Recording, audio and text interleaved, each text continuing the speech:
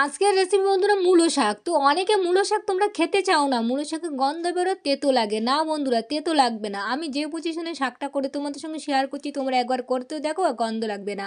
কয়েক কয়েক রসুন আমি থেতো করে নিলাম, কড়াইতে দিলাম সর্ষের তেল, এবার শুকনো লঙ্কা, মেথি ফোড়ন, রসুন দিয়ে ভাজা ভাজা করে নিতে হবে। আর ভাজা ভাজা হয়ে গেলে দিলাম কয়েকটা বেগুন কেটে রেখে দিয়েছিলাম, বেগুন দিয়ে দিলাম, আর নুন হলুদের গুঁড়ো দিয়ে বেগুনটা হালকা করে ভেজে নিতে হবে। তারপর দেখো শাকটা পরিষ্কার জলে ভালো করে চটকিয়ে ধুয়ে নিতে হবে। ধোয়ার পরে 1 চামচ নুন দিয়ে ভালো করে চটকে নিতে হবে, তাহলে তেতো জলটা বেরিয়ে যাবে আর শাকটা খেতে তেতো লাগবে না। এই দেখো জলটা আমি চিপিয়ে ফেলে দিলাম।